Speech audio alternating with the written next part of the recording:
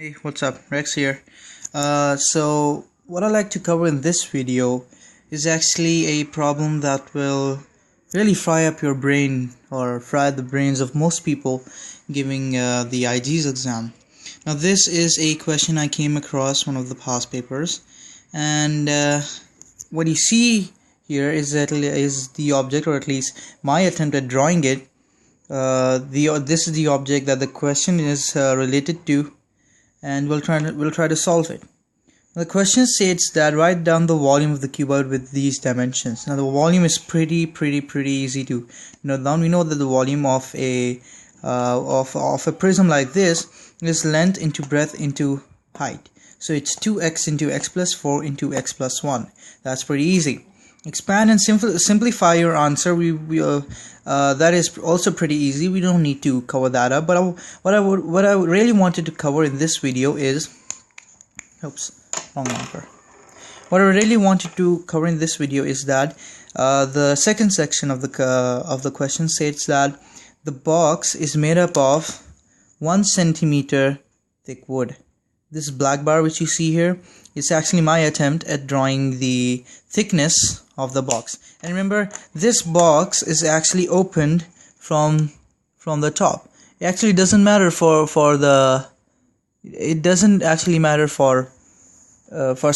volume, but surface area. If there are any questions asking the surface area or the curved surface area, it is pretty common for candidates to make a mistake in these type of questions. In any case, continuing with the question,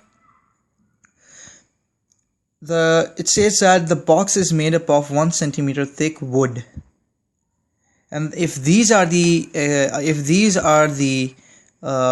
external dimensions, then what are the internal dimensions? Kind of tricky, right? But it's pretty easy. If you look closely here,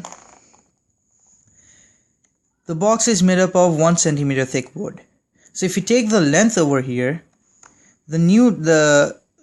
take it from the perspective of the internal measurements. So for example, if you have for the length, I'm just going to cover for the length. So if you have this part, if you have this part of the whole shape, let me draw that really prettily. Okay, now if you have this part of the shape, then you should know that if this is 2x, then if this is, sorry.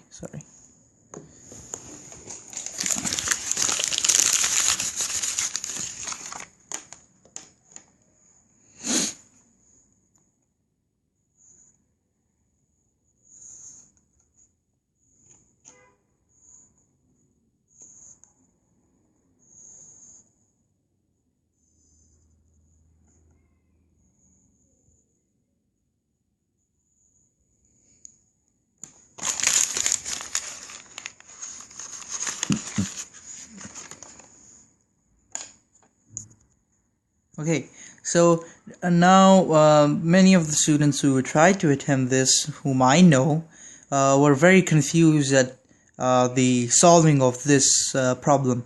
Now if you look closely, if this wood right here, if this wood, remember this is it's topless, it's open from the top, so in that case it's pretty obvious that the wood actually, it's not fully covered from the inside, so this wood is actually 1 centimeter thick. Now when this wood is 1 centimeter thick, then if the length is 2x centimeters, then this part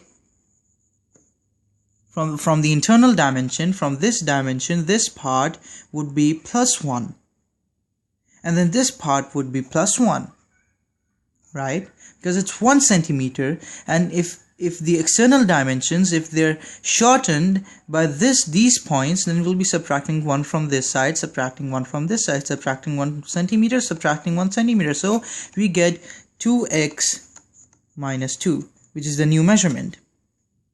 If you're still confused, take a look at this example over here. The same applies for this rule again. If you have x plus 4 in this case, then 1 centimeter, if you want to find the internal dimension, then you subtract 1 centimeter because it's getting shorter instead of bigger. So if it's shortening, you either divide or subtract, but since this is very linear, so we subtract.